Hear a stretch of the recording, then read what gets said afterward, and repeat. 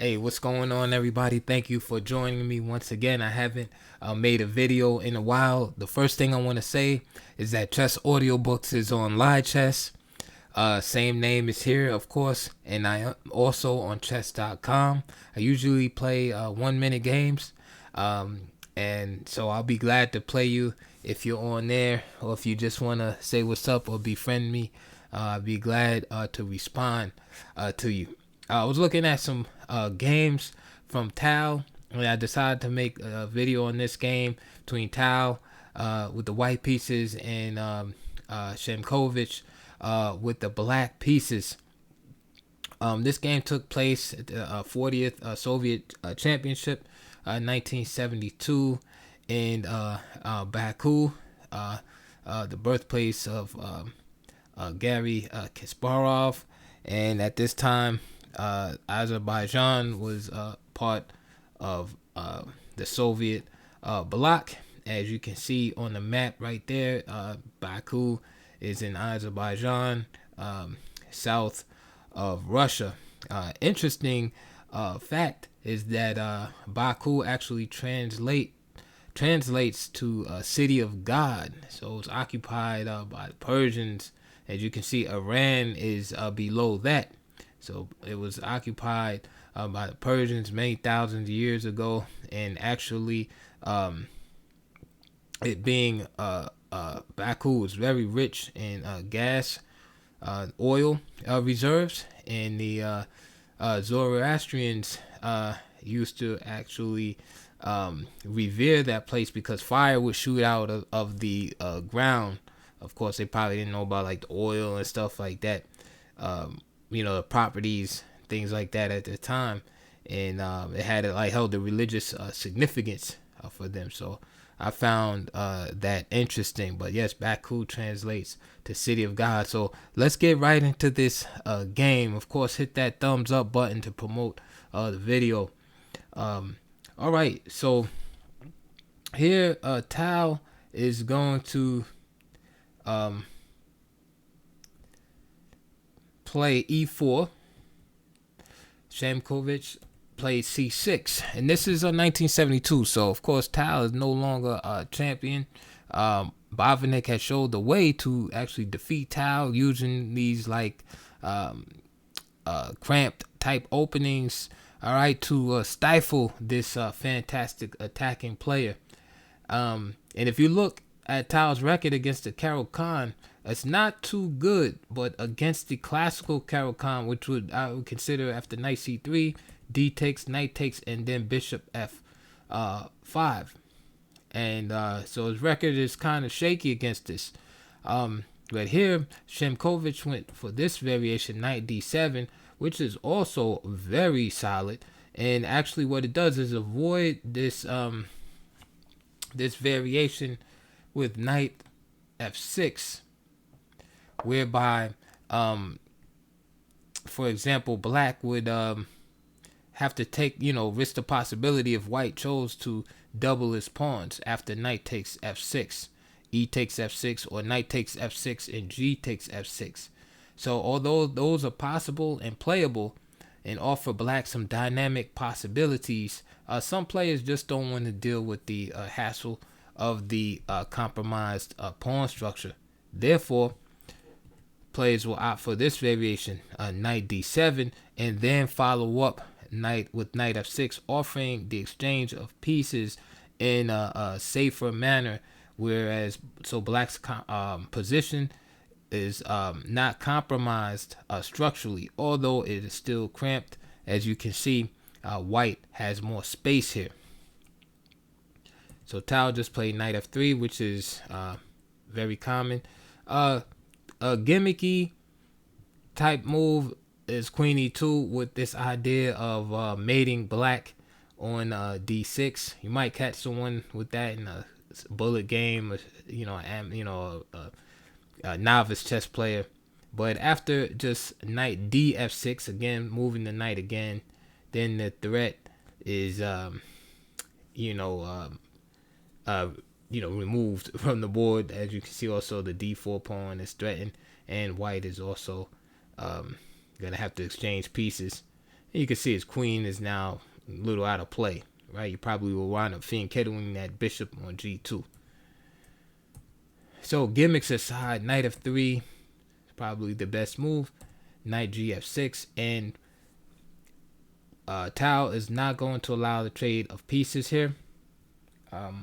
It's important that in cramped positions, or if you have your opponent in a cramped position with less space, it's better to keep the pieces on the board. Right? He has, the deal. He made his bed. Right? He chose to have a cramped position, so him having more pieces makes it more difficult for him to place those pieces effectively. So you can see here, if Tal allows the trade of knights, say he plays knight takes f6, the other knight will come to f6, and then you can see the bishop on c8 will be free. All right. So we want to make black pay for, playing in this manner, playing the cramped manner. So Tal just simply plays knight c3. Knight g3 is also possible, and I believe Tal played knight g3 against British Grandmaster Tony Miles in a brilliant game. But here he played knight c3, e6. Now bishop d3. Another possibility is bishop f4, immediately taking over the critical lines and getting development. But then black has some annoying play with queen b6, attacking the b2 pawn, and rook b1, c5. This is playable, but not Tal's cup of tea. He wants to play bishop d3. Now c5 from black, queen e2. Notice how white just keeps developing. C takes d4, and now knight takes d4. And what I like about white's position here, besides his lead in development, is he also has a 3-2 pawn majority on the queen side, which will serve him well in endgame scenarios. Bishop c5, so Shamkovich develops with a threat. Another possibility is that I like is knight c5, attacking the knight, of course, on d4, and also threatening to take the bishop here. So really, the only reasonable move for white here would be bishop b5 check, say bishop d7, and bishop g5, and bishop e7. And I think the game is about equal here. Shamkovich chose bishop c5, attacking the knight and getting the piece out. Knight to b3, bishop d6, and now bishop g5 from Tal. Notice again, all the pieces are still on the board, and notice the problematic situation of the c8 bishop, and also the rook on a8. Okay, so black still has some problems developing due to the cramped nature of its position. a6, okay, preventing the knight from coming to b5, but again, not developing. Castles from Tal. This is dangerous. Queen c7 solves two problems. It gets the queen off the d file and also protects the bishop on d6. Tal takes the time to complete his queenside castling by moving the king over one more square. Castle. And now Tal is 99% developed, so he begins his attack. Knight e4 here. Knight e4 is a good move because Tal is threatening to open up the black king side by capturing twice on f6.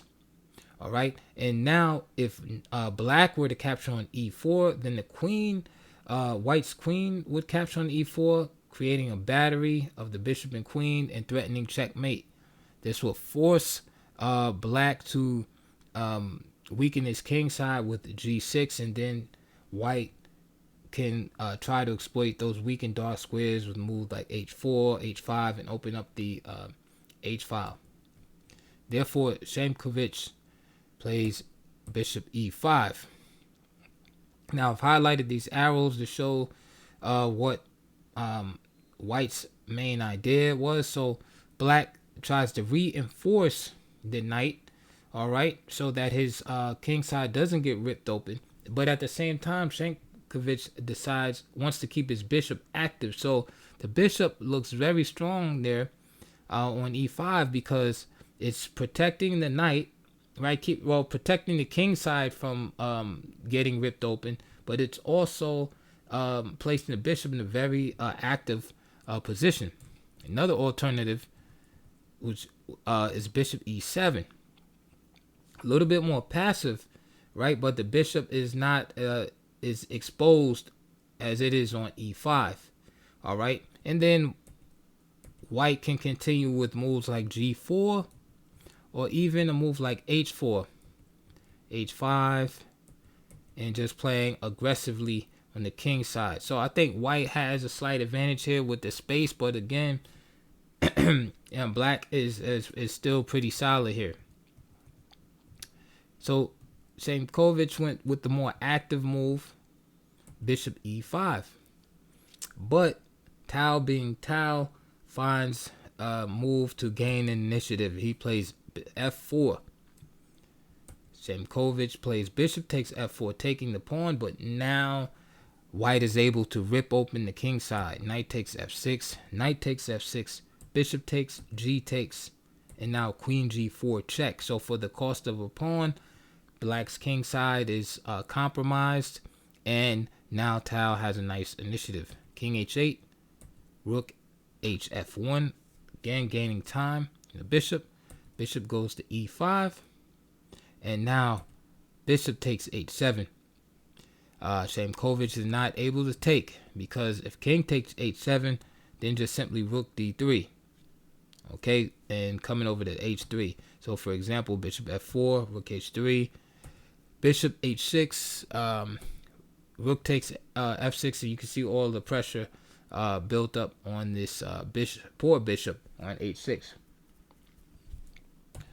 Queen f4, right? Just desperation. Queen takes f4, and you can see game is over. This is why f5 was played, and then just simply queen h4. So black is already busted pretty much at this point. King g7, rook f3.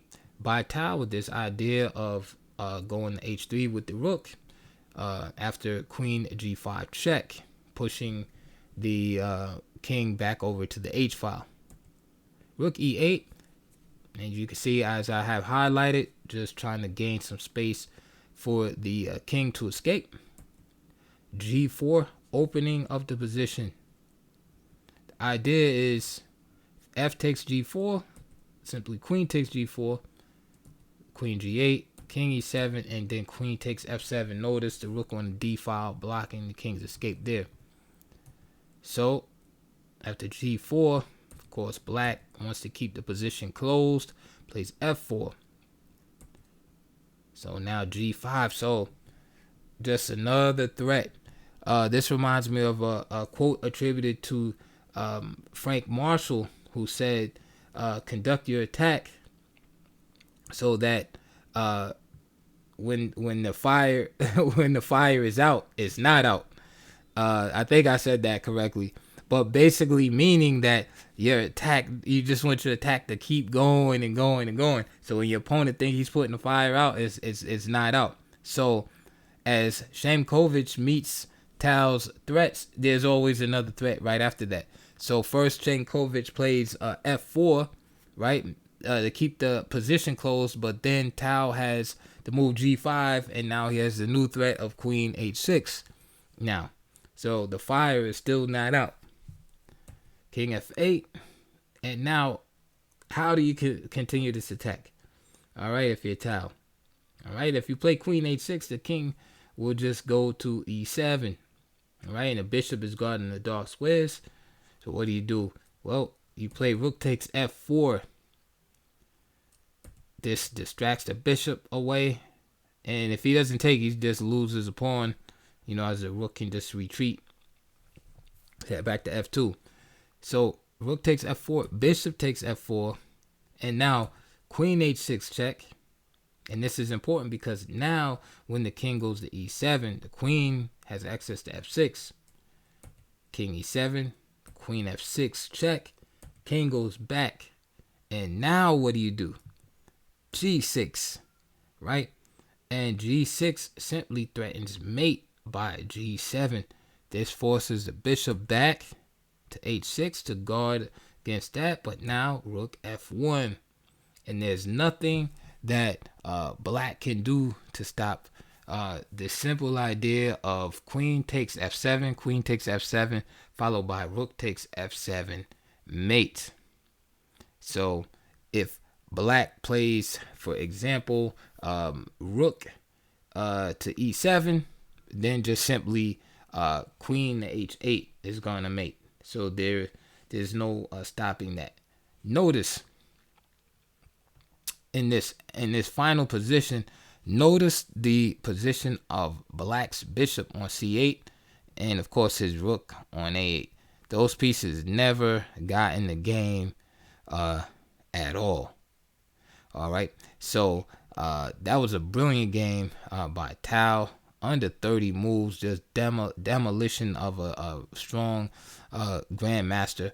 And I suggest that if you're having trouble with this particular line, check out some of Tal's games. He has about I want to say 6 games in this particular line, knight D7, that are all under 30 moves against strong grandmasters. Like I said, one that come to mind besides Shamkovich is game against Anthony Miles. I think he has another game against Jonathan Spielman in the same line. Under 30 moves. So he really had black's number when it came to this particular line.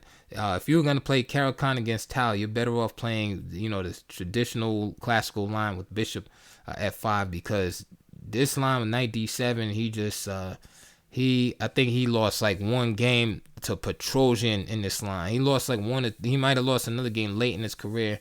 And I know he lost one against Petrosian, but he has like a excellent record with the white pieces in this line. So anyway, I hope you enjoyed that game. Please hit the thumbs up so that the video can be seen on YouTube. And again, remember, Chess Audiobooks is on Lichess and chess.com. So I hope to see you guys there. Check the links below. I'll put some DVDs and books related to this opening, which is the Caro-Kann, down in the links below. So check those out if you like DVDs and good books on this particular opening. And please also support my channel if you can. It would be greatly appreciated. All right. And I'll see you guys on the next video.